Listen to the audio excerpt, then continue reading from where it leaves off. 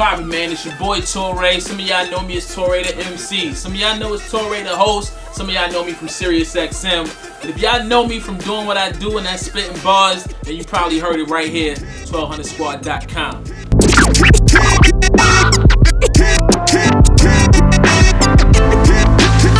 Yo, I ain't here for playing around, now wear the crown. King of New York, nah, now how that shit sound? King of the coast, nah, I cover more ground. King of oneself, yeah, that's how I get down. Everywhere I went, every time I had a spare moment to read, I was reading it just because it was so well done. It was so thoroughly put together. It was interview after interview after artist after artist after story after story. And you could really tell that Dan did his due diligence to make sure the book was very true and very authentic to the culture.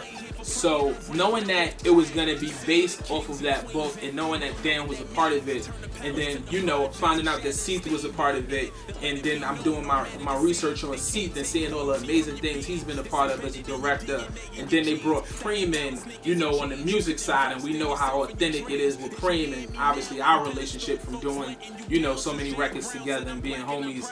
I just knew it was like the real deal. It wasn't going to be anything fake or phony, or it wasn't going to be no fluff hip-hop bullshit. It was going to be real, for real hip-hop. And, you know, when I got the call to be a part of it, also Fonte. You know, Fonte was writing the rhymes. It's just like every time I heard something else about the breaks, it got better and better.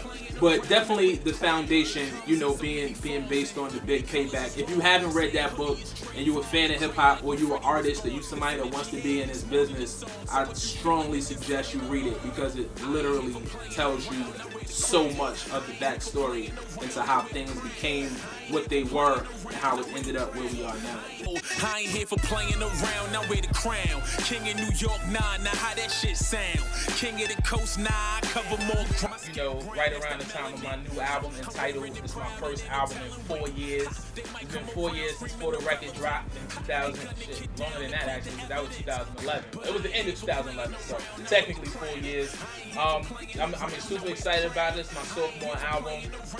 Got a chance to work with some phenomenal people, like my co-star in the break, Smack Wild, like one of my favorite singers, TJ Moses, some new producers that I haven't worked with before, like Denon Porter, and you know, I mean, I worked with Nas before, I worked with Pete before, I worked with Preem before, Mark Infinite.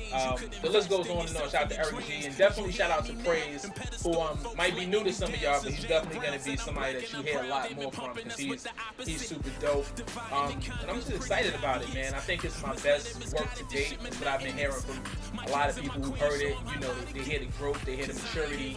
And for me, I didn't consciously take a break from music or whatever. I did do other things like, you know, moving into hosting events and covering red carpet and obviously doing radio on SiriusXM. But for me, I think when I want to make music, I want to be inspired to make music. I don't like to make music because a year's passed and it's album time, or I'm not in the marketplace and I need to get back out on the road.